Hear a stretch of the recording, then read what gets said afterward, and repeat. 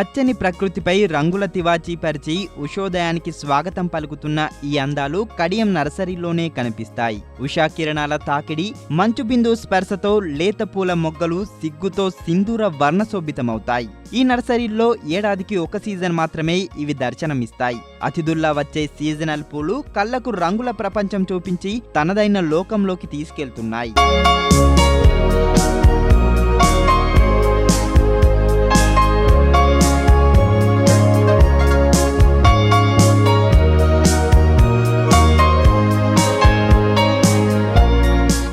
November నుంచి ఫిబ్రవరి మధ్య వచ్చే సీజనల్ పుష్పాలను తిలకించేందుకు వచ్చే పర్యాటకులతో నర్సరీలు కలకలలాడిపోతున్నాయి.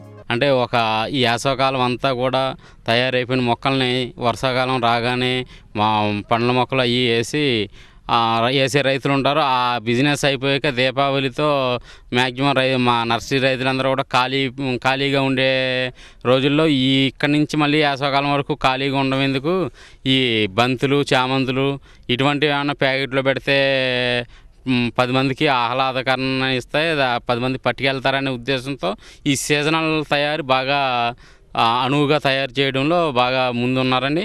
అలంకరణకు ఉపయోగించే మొక్కల వ్యాపారం బాగా సాగుతోందని నర్సరీల యజమానులు చెబుతున్నారు.